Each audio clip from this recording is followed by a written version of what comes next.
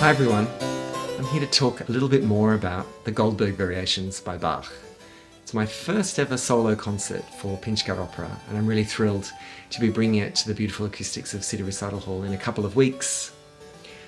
We've talked about some of the defining features of the Goldbergs in previous videos, and I mentioned that this glorious work is made up of 10 triptychs of variations, so 30 variations in all, and they're surrounded by the aria itself, which is such a beautiful piece, and it coming back at the end is a really defining part of the emotional response to the piece, because it feels like you're coming home or considering a life well lived when that final aria comes back.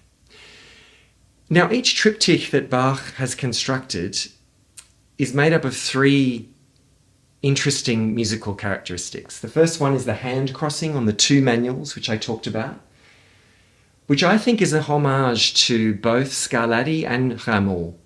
So they were the other great keyboard players of the Baroque that Bach was a contemporaneous with. And the two-handed technique was a French technique, but the hand crossing is an Italian one by Scarlatti. And I feel like he's kind of exploring both of those in these amazing hand crossing variations. For me, they're all about the body at work, the body of the performer, hard at work. The flip side of that is the wonderful canons, the 9 canons that are in this triptych, and each of them have this increasing level of pitch differential. And for me, those canons are about the mind, about the compositional genius of Bach. And then the third part of the triptych are these wonderful genre pieces. And for me, that is the product of the body and the mind. They're all products of human musical culture. They're dances, all of the wonderful musical elements of Baroque life that surrounded Bach and his contemporaries. I just want to talk now a little bit about the canons, because it always interests an audience about the compositional finesse that Bach has undertaken. And this is what has impressed composers and performers for centuries. It's like a master architect at work, because for the canons, we have tunes that are absolutely identical that then follow each other at a distance. The Latin term for the first part of the tune is called the dux, or the leader, and the follower, as the tune continues, is called the comes. And I just want to demonstrate a little bit about Bach, how he does this at these escalating pitch levels. So the first canon we get in variation 3 is at the unison. And I'm going to play just the canon. You'll hear the dux and then the comes, and you'll hear how they're absolutely identical.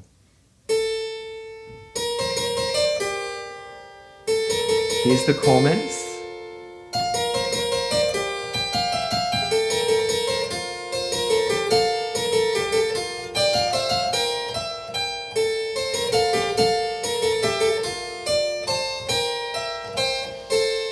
So those two tunes are constructed in a way to fit like mortised bricks perfectly together.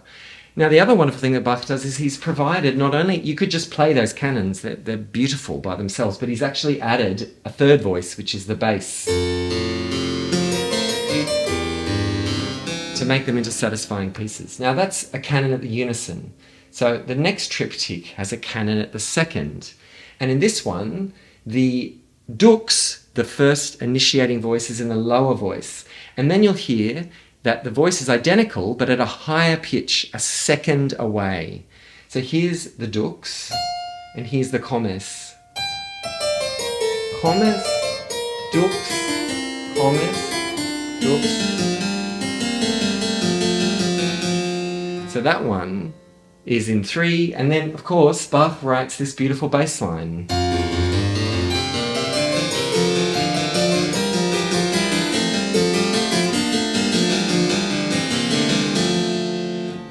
And so forth. And this is why some of the canons are actually in inversion, which is even harder to do. Here's the canon at the 4th, and the tune, you'll hear it has a sort of shape that is exactly in mirror reverse. It's in a mirror image when Bach brings it back in. Here's the dux, Here's the commas.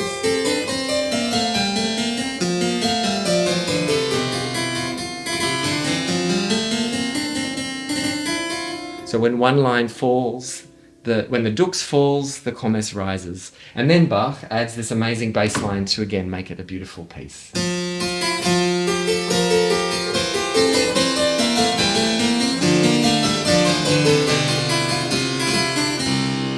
And that bass line, of course, is the harmonic structure that underpins the entire Goldbergs. Now, I mentioned the body, the mind, and the products of human musical culture that Bach references in each of these triptychs, but I've forgotten one important point, and that's the heart.